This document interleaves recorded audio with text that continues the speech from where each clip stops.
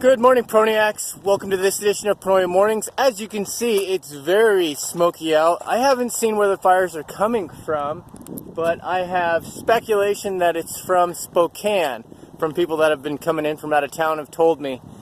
So, what am I doing today? Well, I'm continuing my base plan before we start our official Ironman training on August 27th, so I'm running up Badger Mountain and then I'm going to do a 55-minute swim this morning, which is going to be about 2,700 meters. So very excited to get this big workout taken care of this morning before I head into work. And a big point that was brought up to me today was worrying. So, do you continually worry, or do you have any worry in your life? And what can we do to help ourselves from worrying, or when we acknowledge that we're worrying, what can we do to get through that?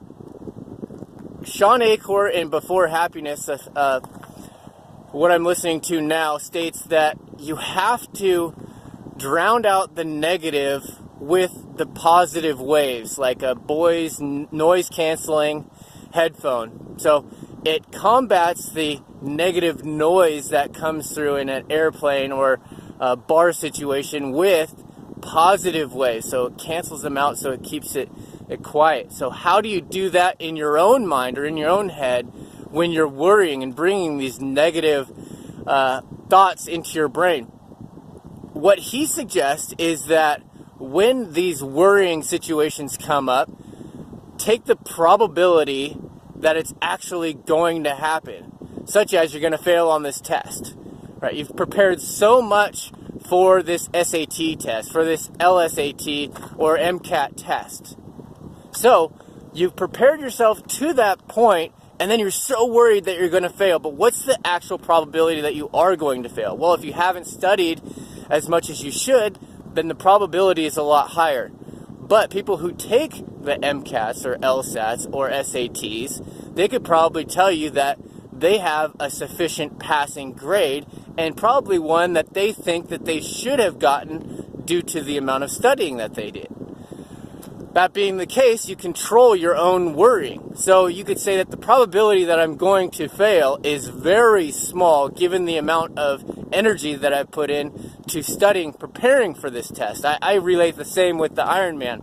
I'm preparing every single day and shown that getting a good time and great pace in the half Ironman, that there's a very likely probability that I'm going to finish the Ironman. I don't know what time I'm going to finish in because I haven't done it before, but the probability that I'm going to succeed is very high. So if I'm sitting there worrying about, oh, am I going to finish, or am I going to hurt myself? Am I going to not finish?